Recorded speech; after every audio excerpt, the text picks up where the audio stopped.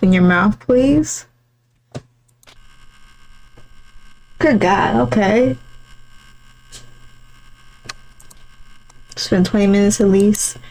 A pick digs in the gap between tooth and flesh, choosing the next in a pattern I haven't discerned. Bone clicks against metal and I can feel the sound in my skull. She rattles off a list of letters and numbers I don't understand.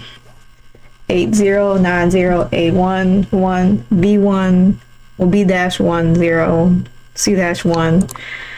Instrument pauses under my gum. Pressure slight. A dull ache gradually spreading down my jaw. Ache grows to a soreness, one that makes blood rush to the surface, and I can feel the gum pulse around this intruder. It almost feels good. She strikes it away in an instant. 2. Nominal. The doctor places her tools back on the tray next to her that must hold. Judging from the clattering, at least a dozen other ailments. I've been too anxious to look at it directly. It's been the same answer every time. Normal. Everything's normal. I still understand why I'm here. Reject. I just want to ask. I'll answer my questions you have afterwards, please. I lick my lips, the heat from the lamps making them dry. The doctor picks up a clipboard, flipping over several pieces of paper and sliding a pen out of the clip. She presses the switch hard enough the middle of her nail turns white. The click is muffled.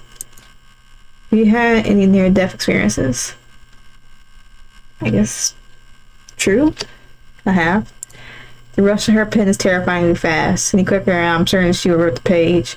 And I can't read the writing, but several words are underlined, hard enough the paper is dented. It takes me a moment before I can continue. I was pretty young. Thank you. The thanks has no gratitude behind it.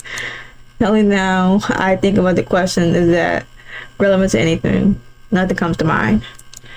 I've never heard of this before. Mandatory general exams. If it was mandatory, others would be having it. They'd be talking about it. Why has anyone talked about it? I can't say that out loud, obviously. Switches the light bearing down on me. Only now do I realize how loud it was. Reject. Are we? My eyelid is tugged open. Okay. Look up, please. My vision swamped with blinding red, then white. I'm gonna have to look at my second monitor because that's right. Staring down, a pinprick glaring through to the back of my eye. What does she mean by look up? Roll my eyes back into my head. Keep looking straight down. I was looking to the light. It has to be correct, right? No complaints. It must be correct. When was the last time you had a cut or bruise? True. Oh no, I can't remember the last time I had one. She pulled my eyelid up higher. None at all.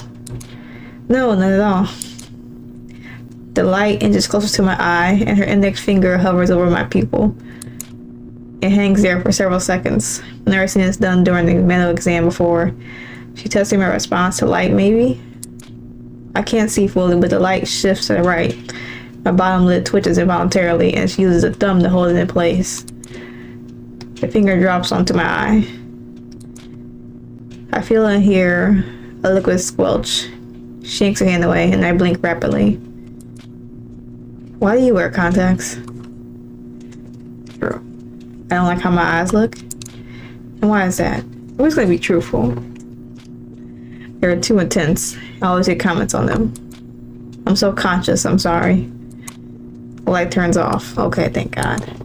After waiting some moments before deciding it's safe, that it's not coming back on, I started looking around the room. When I tried to, everything's tinted with a pink glow. Everywhere I've been in this building feels the same. No one but us. Either too dark or too bright. Just cold enough, it's noticeable, but not enough to complain. Sterile feels incorrect. Sterile implies something was here before. It's like this building was made as a home for ghosts. She flicks with a switch on the side of the table, starting to descend with a jolt.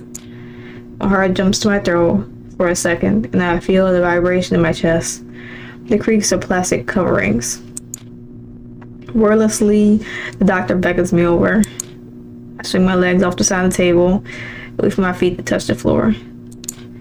The table shudders just before my soul lies flat, leaving my legs dangling a millimeter off ground, or off solid ground. I don't wait for it to connect and stand. I don't want to ask or risk upsetting her anymore. I have to turn without really acknowledging where I'm stood. I understand you have questions. She pulls some kind of metal instrument out of a plastic covering, throwing it carelessly on the floor. I'll answer them all shortly. Please note, no one who supervised your care wanted this to happen. This is simply a matter of circumstance. I want to know what I'm doing here. Allow me to demonstrate. Okay. She grabs my wrist firmly and turns my right hand upwards. It twists at an angle that makes me flinch. Then the scalpel slices my palm. Hello? I don't like that sound of my speaker. I mean, you jerk away but can't. Her grip is like iron with a glare to match. Watch my hand writher as it contorts any which way to escape her. It hurts more than the cut. Why did she cut me? Did I answer something wrong? Why am I here? She could outstare the sun. I screamed and shot at her to no effect. Her stature is an extension of the ground, and if anything, her grip on me has only gotten stronger. I stop fighting after realizing I won't win and find myself looking down at where she's looking. See my palm at the cut, only much smaller. You're right, but I'm looking at it and I'm watching it thread and slick itself back together like clay molded over a crack. But a few spots of blood surrounding it, the cut is entirely healed. She lets my wrist free and smiles. First time I've seen with any sort of emotion. You're a child of hell, sweetheart. What?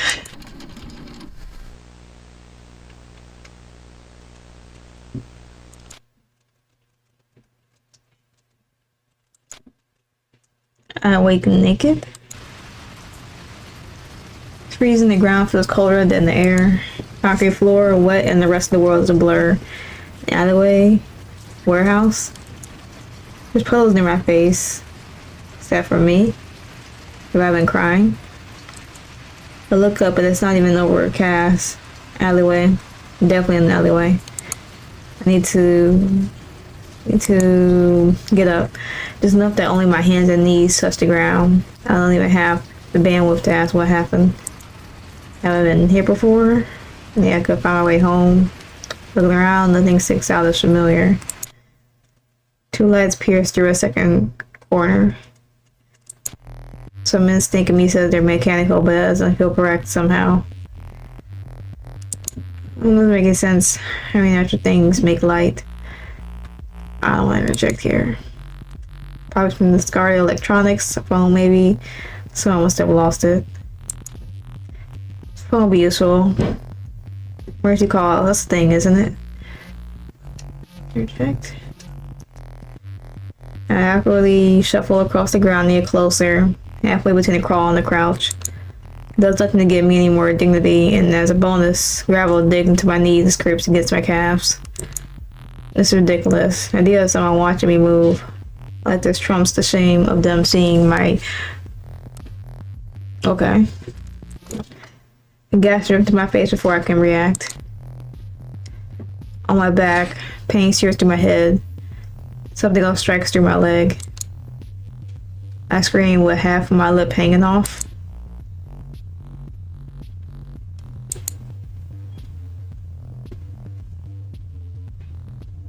Okay. This is real. I'm dreaming I want to go home. Two arms pincer my ribcage to hoist me into the air. Arms, appendages. Oh no, I don't know. It's claws, talons. Something lashing to my body and tearing at my sides. Can't see. Blood in my eyes. I'm suffocating, and the brief moments I breathe, the pressure is crushing another part of me. I can only inhale my own blood and choke it back out. This should hurt more, but this isn't right. Why there's so much blood? Why there's so much... That makes the monster jump as much as me. I feel something crunching in my back.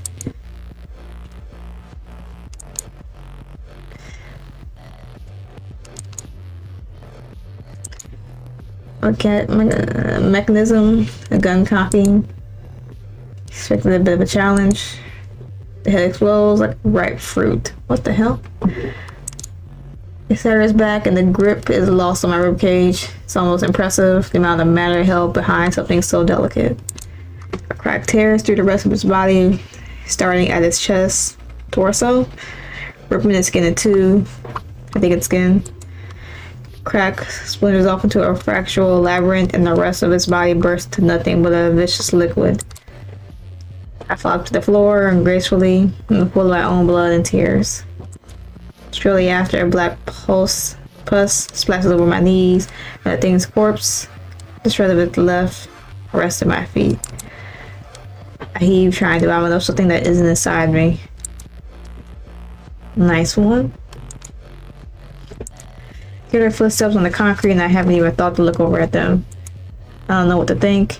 I don't know how I'm supposed to act. All I feel is adrenaline in my veins and an amalgamation of fluids on my skin. The one with the accent kicks aside a head-sized chunk of flesh, shrapnel, and stands at my feet. With little else to do, I look up at them. Red blood. Red? The other crouches by my side, inspecting me like I'm some kind of endangered species, then cautiously reaches a hand out to my cheek. I flinch instinctively before it touches me. Look at that, no wonder it took so long to find you. What are you talking about? If I cut myself, would that explain it? No. Come the fuck on. What?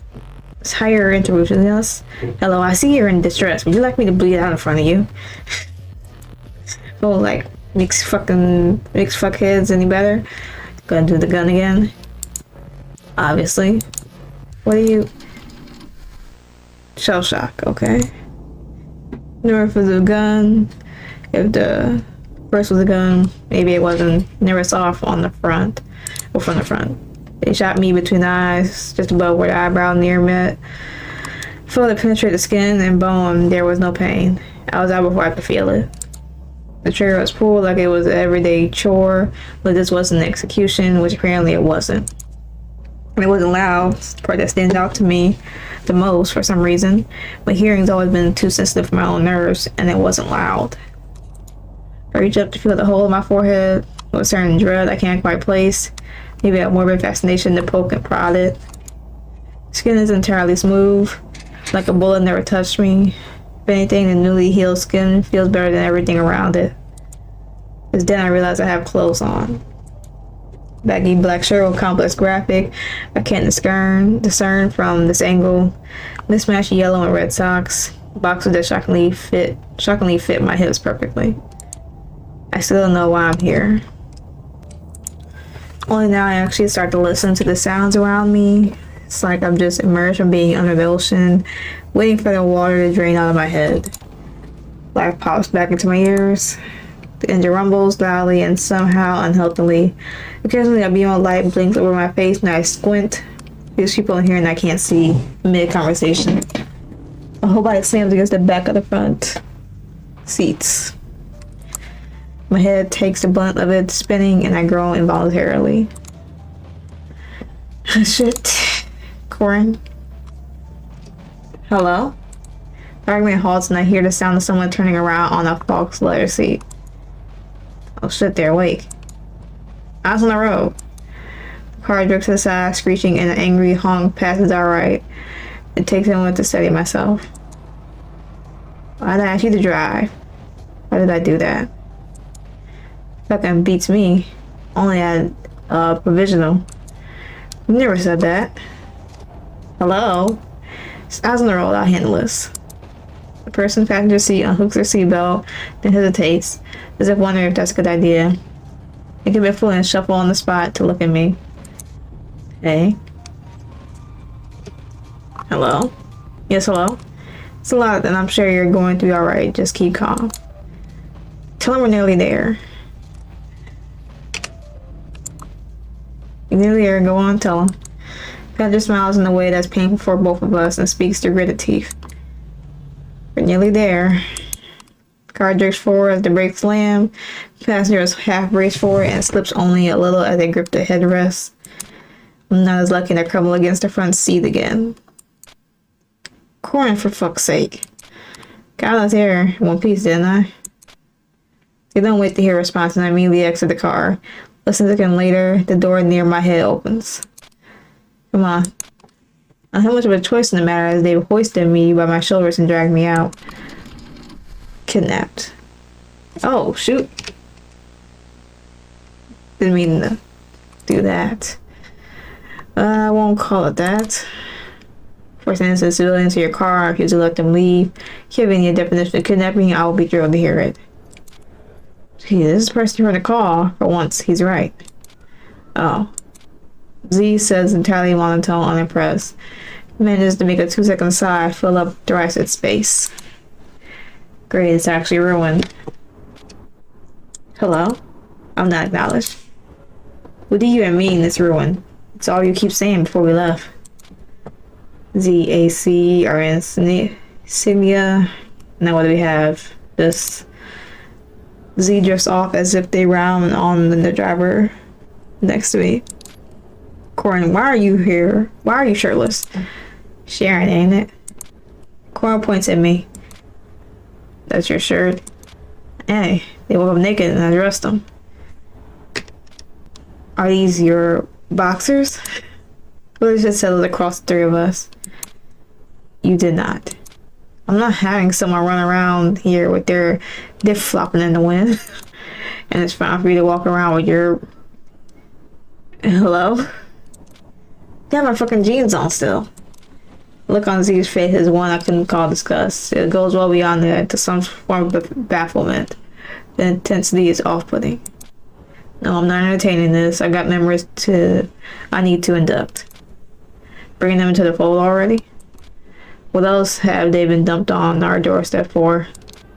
Not exactly on doorstep, mind. Close enough. Kettle is by his fireplace. It's not the saying, says who? Right, you. Let's get this over with. He begins walking towards me. Every other step I think is the last, each falling one is slower and deliberate, and I immediately catch on to their strategy. Their torsos are close enough I can feel their body heat.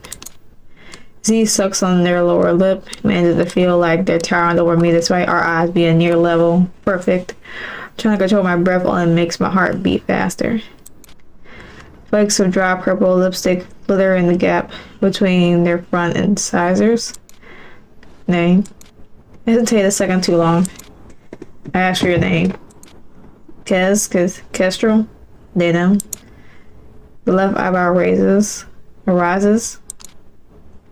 With a K. Kim. Passenger punches Corin. I don't know any other way to spell Kestrel. Z. These scrapes their nails against their facial hair. Coris recently shaved. ZACK. How convenient. Hey, look at that. All happy now? Obviously not. They drag their fingers fully down to the point of their chin, thumb meeting index and clicking their tongue. We might as well get to business. Greetings. Syra, he, she. He extends a hand out and I shake it. His grip is firm. We stand in a circle roughly surrounded by an assortment of mismatched love seats and couches. Most are used, torn, even, and in colors at least 40 years out of date. I'm sure you're excited to find out why you're here. I'm telling the truth. I'm scared, to be honest. His hand lingers for a second before letting go. I appreciate your honesty. Right. Might as well go in order. Still don't know why you care so much. Azure smirks at something. I don't know why it's funny. And approaches me in Zera's place. My hand is in theirs before I can move it myself. Alton, Allie, you like? Zim. It's nice to meet you. You as well. Corin. Corin doesn't respond. They're fully aware they're being addressed and choose not to say anything. Corin. What?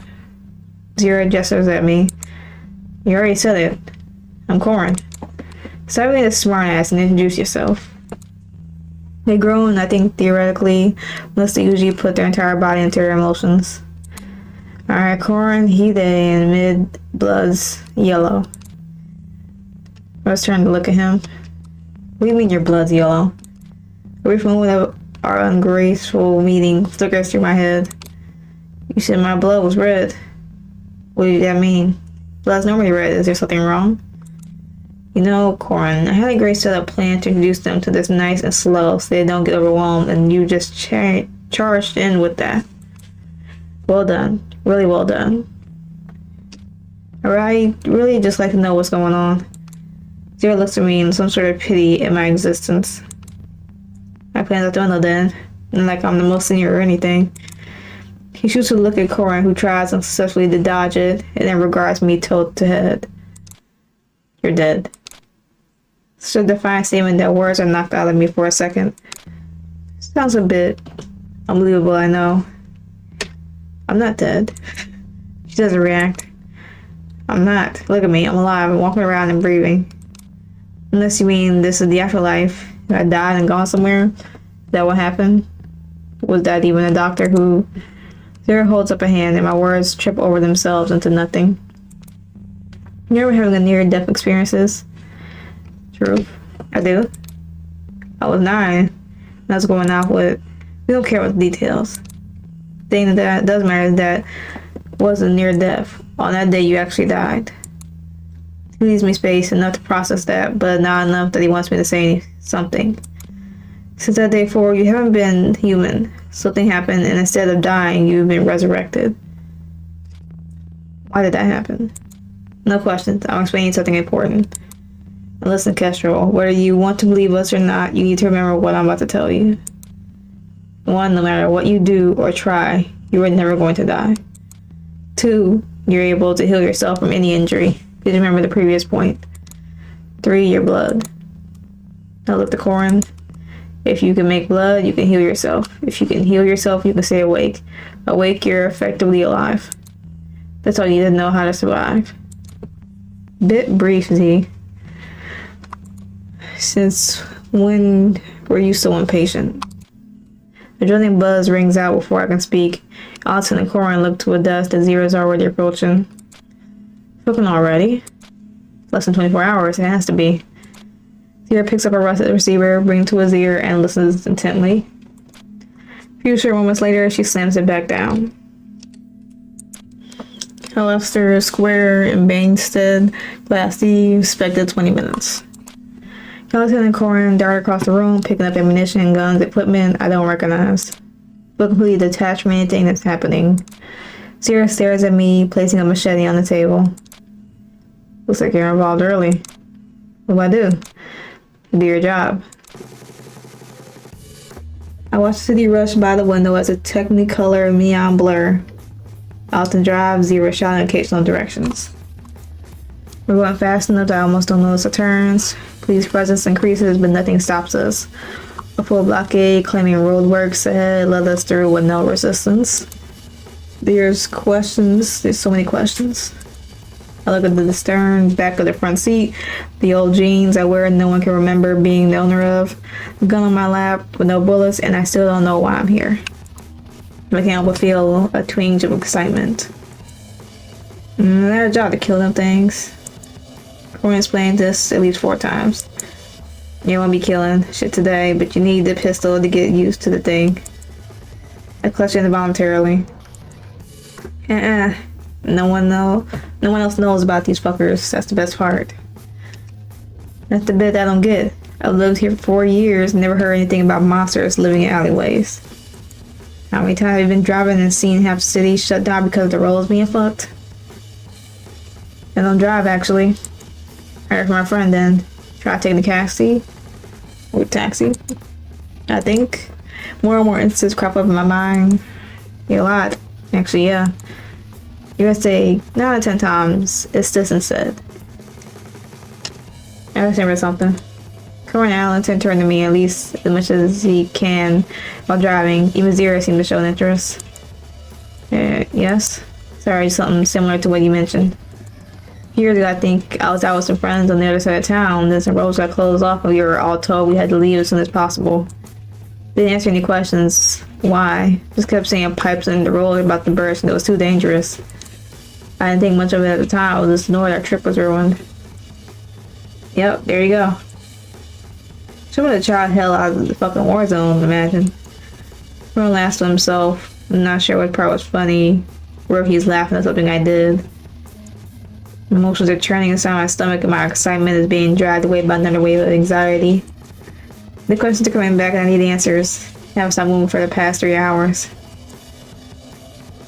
The obvious why. Why this? Why is this happening? What's happening to me? It's already happened.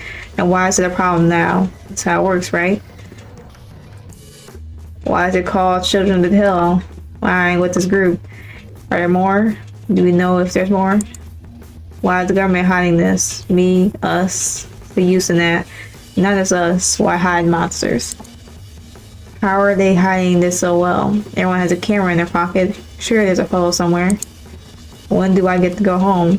What do I tell my friends or family about this? Where's my phone gone? Can I call someone? Would the government allow that if they brought me here?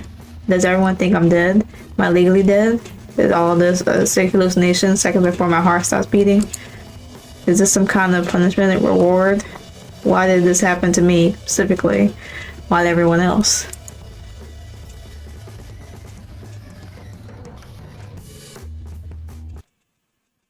Okay. Now I'm just nasty back to reality. I see their eyes looking at me in their rearview mirror. It's Jason out, you okay? There's questions. There's just so many questions. There's so much you need to know and I don't. Alright. The tone's your voice is entirely kind, patient. Don't need to work yourself up over it. We can explain everything in a little. Right now, we have a job to do. It gives me solace, but not enough. Next ride, and you're here. Who's driving home? I'll do it. Are we done? The usual after, yeah? It's called the usual for a reason, Corin. Corin claps his hands together and grins. Down. Car slows to a stop very differently to the last time I was in here. Ellington pulls the key and then the engine dies fully. With muscle memory, an almost perfect sync, everyone grabs the door handles. You know the drill.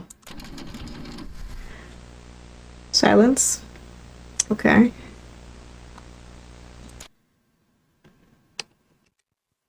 It's been crazy so far. Also, when the disc icon is in the bottom right, it does save the game. And I am at that 30-minute mark. I could finish it. I'm not exactly sure. There are some other games that I want to play. I might finish in my own time. Honestly, this is like about an hour long. Could be longer. Not exactly sure. But this game is called Children of Hell, I believe. If you want to play this game for yourself, everything is in the description below for y'all to play it. Honestly, this is amazing. Beautifully well done and put together.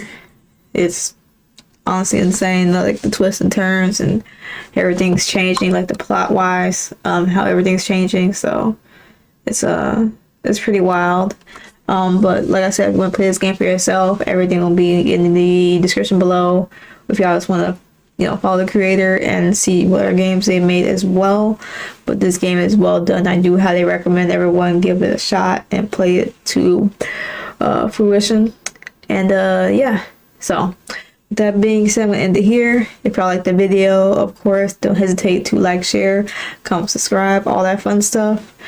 And yeah, so hopefully y'all had a good day, a good yesterday, better tomorrow, and I'll catch y'all in the next video.